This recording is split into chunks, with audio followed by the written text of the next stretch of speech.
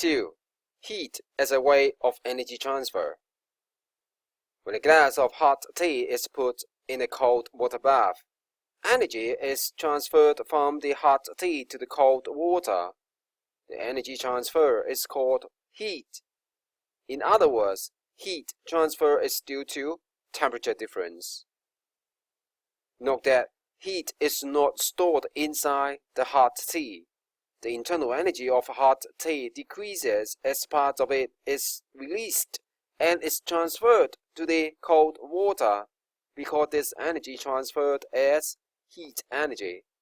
Eventually, the hot tea and the cold water bath will have the same temperature, and so their internal energy does not change anymore.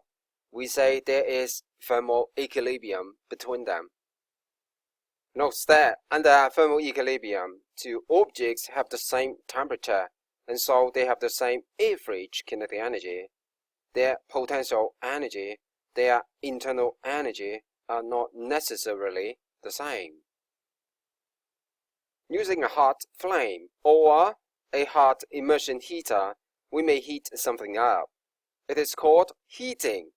It is just a transfer of heat energy from a hot to cold object. We may also transfer energy to an object by doing work, such as rubbing, or by stretching and bending. This is called doing mechanical work, which is what you have learned in Book 2, and therefore W equals Fs. 3. Energy transferred and power. Power is the rate of energy transfer. It is given by the formula P equals Q over T, with the unit watt, W, where 1 watt equals 1 joule per second. For example, a 2 kilowatt electric kettle provides 2000 joules of energy in 1 second to the content inside, as in example 1.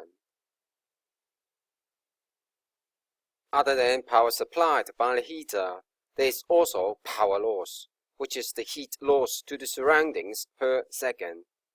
For example, when a heater of 50 watts is heating a beaker of water while the average power loss is 10 watts, then the energy absorbed by water in 1 minute should be 50 watts minus 10 watts multiplied with 60 seconds equals 2400 joules. For electrical appliances, we measure energy supplied to them by using a larger unit called kilowatt-hour. In this way, the energy Q equals PT, where P is measured in kilowatt and T measured in hour. For example, a 1 kilowatt appliance operates for 1 hour, consumes an electrical energy of Q equals 1 kilowatt multiplied with 1 hour equals 1 kilowatt hour. Electrical energy supplied can be measured by using a joule meter, as in the school laboratory, or by a kilowatt-hour meter, as at our home. The energy supplied is the difference in the meter reading before and after the appliance operates. Do check point 2 on the next page.